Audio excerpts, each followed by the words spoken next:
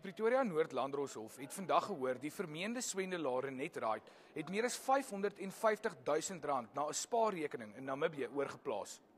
Advokaat Fred Klein, haar regsverteenwoordiger, sê die geld is oorbetaal vir 'n treintoer wat sy en haar man Hendrik Wright gereël het. Die ondersoekbeampte konstabel John Ramolo meen egter dis nog 'n bewys dat die egpaar landuit wou vlug. Ramolo sê Wright se seun, wat ingevolge 'n hofbevel nie geïdentifiseer mag word nie, woon tans by vriende. Sy ouers se woonadres is op 'n dokument by die skool slegs as Mosambiek aangedui. Wright en haar man het na bewering treintoere na Suid-Afrika se buurstate geadverteer en dan met kliënte se geld verdwyn sonder dat die toere plaasgevind het.